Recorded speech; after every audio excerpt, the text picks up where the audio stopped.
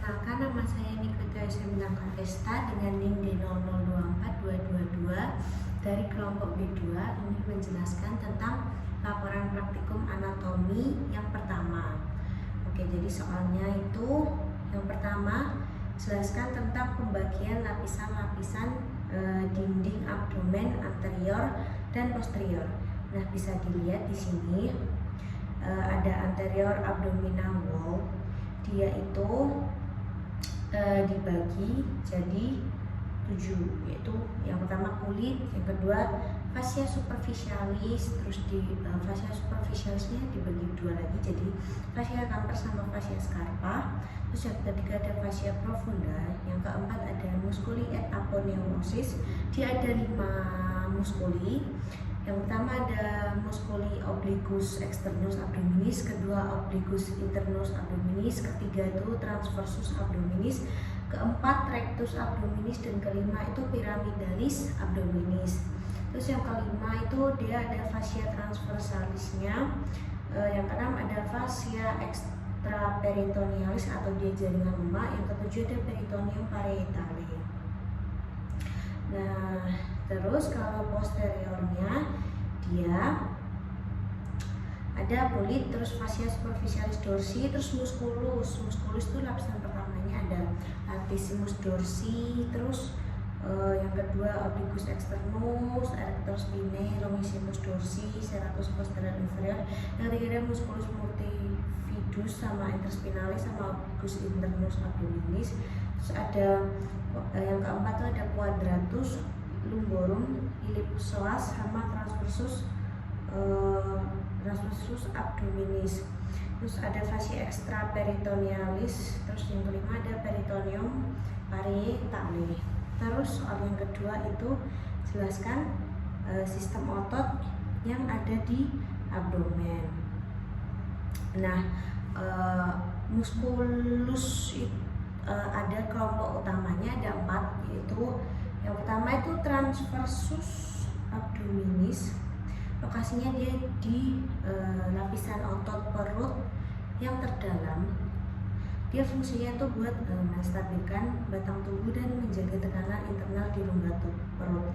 Terus dia sering disebut sebagai korset alaminya tubuh. Terus yang kedua itu ada rectus abdominis. Dia lokasinya itu membentang secara vertikal antara tulang rusuk dan tulang pubis di bagian depan panggul.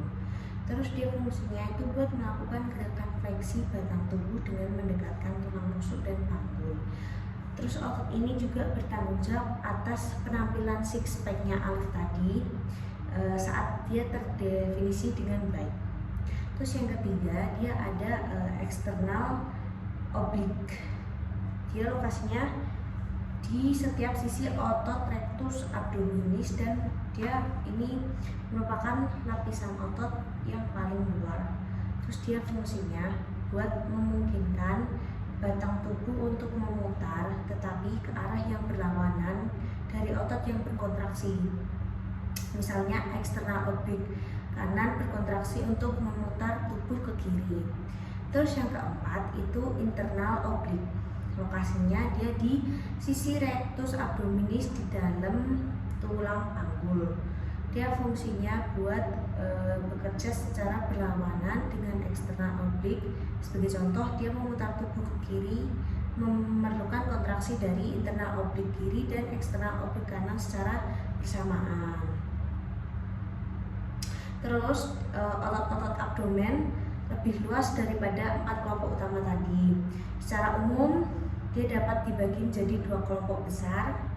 Yang pertama itu dinding abdominal anterolateral, otot vertikal terletak di garis tengah tubuh.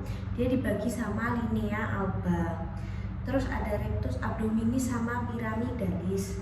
Terus yang otot datarnya dia di sisi anterolateral, tersusun dari luar ke dalamnya itu eksternal abdominal oblik, internal abdominal oblik, sama transversus abdominis. Terus yang kelompok kedua itu dinding abdominal posterior. Dia terdiri dari otot-otot berikut: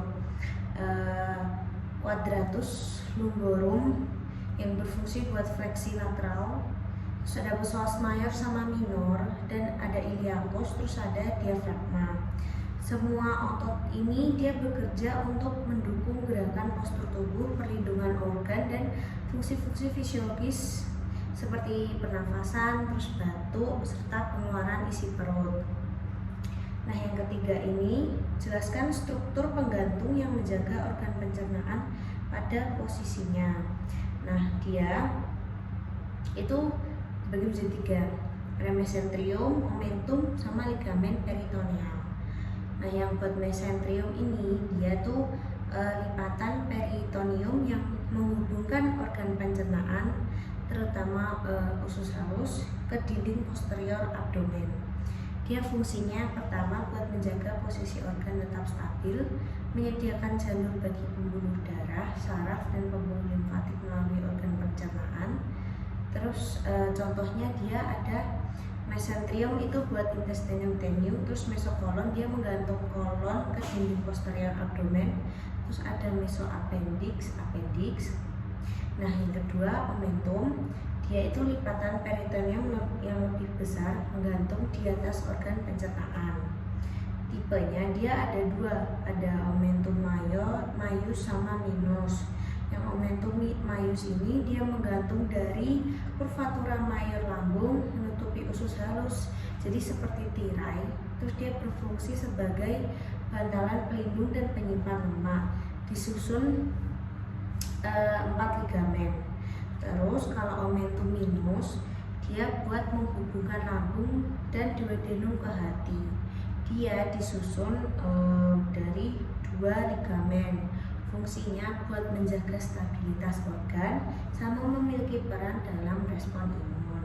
Terus ligamen peritoneal, definisinya dia itu lipatan peritoneum juga yang menghubungkan organ ke dinding tubuh atau organ lain.